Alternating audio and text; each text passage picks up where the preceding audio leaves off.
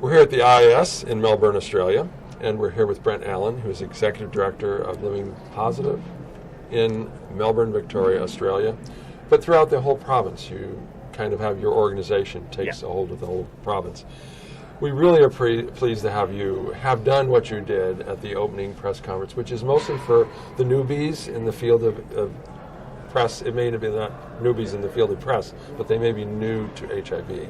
Yeah. In any case, you gave a very good background of how one might approach HIV and the faux pas that could be avoided and so forth. And then Sharon Lewin followed up because she was covering more specifically the cure things, which we definitely don't want to get people thinking that there is a cure. Yeah. And we're working towards a cure. Yeah. So all of these things were important for you to kind of relate to people about not being a person who is a victim. Or what were the other words you Sufferer. used? Sufferer or victim. Because I've heard that used by very prominent people, and then they were told later that this was not a thing to say. Not the right we don't thing. like that. But if you can give us a little background of what the work that you've done. First of all, you emigrated from Canada, the middle of Canada. Yeah. Edmonton, Alberta. Yeah. and then moved to Australia. Yes. And you lived here for a while, and then have a partner, and that, of course, was then pick up the story there. So when I came to Australia, I was here really only for a short period of time. I came here to get some overseas experience, young, interested in HIV. I've been working in it a long time. And as you do when you meet Australians, they're a lovely bunch. So I fell in love with one and decided to stay, which has been a fantastic choice. I do miss my family a great deal, but, Australia, in terms of its response to HIV, is unique in the world.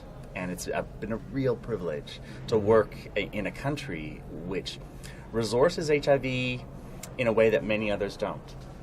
So the approach is more practical, more logical, and appropriate. I don't know what the other words we could use, but yeah, it's less ideologically driven. I think we had a really good response early on in the epidemic. I like to say that we had knowledgeable and influential people in the right positions at the right time. But probably most influential was the fact that when HIV was discovered and people started discovering it was a problem and it was going to be a problem, we had both a health minister and a minister of opposition in health who were both medical doctors.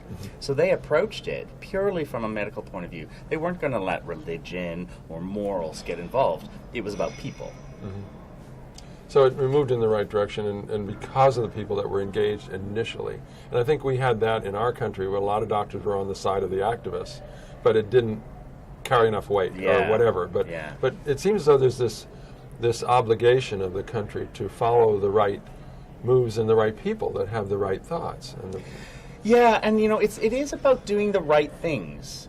I have a strong opinion about the fact that the investments we need to make aren't necessarily at those who we're most frightened of getting an HIV, the women, children, who are definitely at risk for HIV. But we need to focus on the populations like gay men, transgendered people who inject drugs, sex workers. We know that those populations are more vulnerable, and in many ways we should be investing heavily in those populations to ensure that those populations are able to contain the epidemic for us. And how do you or the country or the people in the know, how do they view the PrEP that's being discussed so heavily right now? It's an interest. It's not really available here yet. I certainly know people who are on PrEP. I have to say that there isn't that sense that you're bad if you go on PrEP. It's a very considered sense about going on PrEP. But at the same time, there is a very strong feeling here in Australia that regardless of whether or not you're going on antivirals to prevent transmission or on antivirals to control your HIV virus, it has to be your choice. It's not something that can be foisted upon you, and it has to be something that you go in understanding the ramifications of. So currently you're pushing hard on condom use and so forth, and serosorting, or that again, one of the nice things in Australia is that we very much promote risk reduction. and risk understanding. So we aren't shy about talking about the relative nature of risk. I find it refreshing when I go overseas where they have like just one rule and one rule only, and that's the only rule you have to follow. Here we do talk about the options, but we explain the options, you know, zero sorting, withdrawal, treatment as prevention. We explain the relative nature of those risks and try to get people to understand which ones work for you and why you might choose one over the other. Right, and it is your choice. And you were, I think, the heavy message that you had in your discussion was the fact that you wanted to get people talking. I mean, the press talking. You could say there's so many people talk up a discussion. You have to just bump into somebody and you can start a conversation Absolutely. with them. And I think that's been the way it is with me because that's the business I'm in, so to speak. But I generally like to pick people like yourself who are really animated and who really have that energy that's so important to communicate the importance of these subjects. You know, HIV has crossed every boundary. It's crossed every population. There is not a country in the world. You know, there is not a single population that hasn't been affected by HIV. I think what we need to do in many ways is think about who we choose to be our leaders. And I'm not a big fan of choosing those people in the know. I'm really interested in people who have passion. I'm interested in people who have an attitude which is about solutions, an attitude that is about finding the opportunity and improvising to make a difference. I think we're going to find a lot of those people, like you said, in the global village. Absolutely. And I'm going to enjoy, I don't usually get the chance to do much of that, but I think this time we're going to push a little harder because it really is important. And the other piece of it is that our organization, IFARA, does the Young Investigator presentation. It's not really a press conference, it's more of a presentation. And it's always refreshing to see these new energy-driven people that are idealistic in some ways. They have their own ideas about how they can enter into the research world of HIV, and their brightest and the best are always on our stage, so to speak, or the dais. And I enjoyed doing that, and Paul Vorberding did, and Allan Bernstein did, and Dr. Lee. I mean, there's so many people that we've worked with that get these folks, you know, turned on in that presentation in a way that they can say, this is why I'm really in this. Because it really has to be about your love for helping people, as we've encountered this terrible news of the losses of the people who were on their way to the conference, who gave their lives for this field, and who are now gone. But those who are coming into it have those same ideals, and I can see this in their blood. It's just there. It's just rich.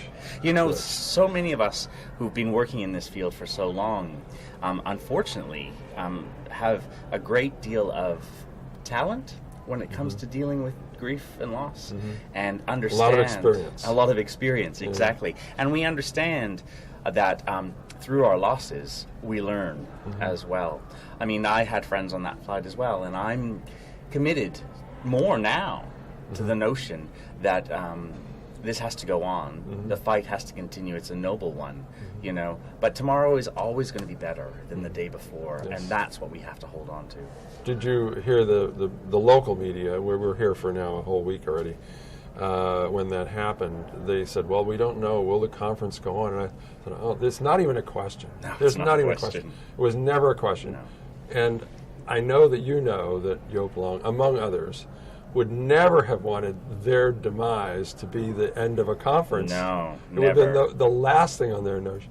So, I said, well, how poorly informed were they to think that might happen? They said, no. I don't think they really understood how large this conference is either. Yeah, that could be. I'm just like, once the ball starts rolling, I'm not really sure that you could stop it from rolling. It's massive. And I think the other thing is Michael Kessler put, there's so much really good science in this conference that has to be out there and that has to be produced and delivered not only to the press, but to the other colleagues and to the peer review process. So this is a massive conference. This isn't just go and talk and have a few meetings and a few drinks. This is a very important conference. It certainly is. And, one of the things I'm really committed to as a community activist is taking that science and taking that leadership that is so important about making a change and digesting it, reflecting it back in a way that just the average person on the street can understand. I mean, that's what's important.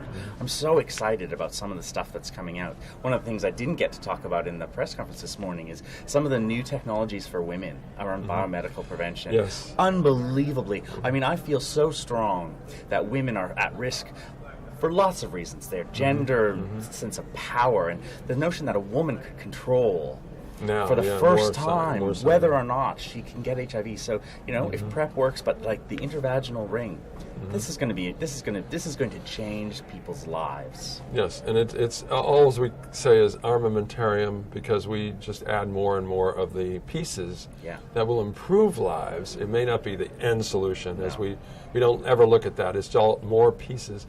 Someone said about the magic bullet or the silver bullet. Yeah. It's really about, and someone else said about the silver BBs. I think it's more about the silver BBs. I think it's definitely this the silver conference is going to BBs. be. Some people come to conference and they say, "Well, there was nothing really that stood out." I said, "Collect it all, and it's amazingly huge."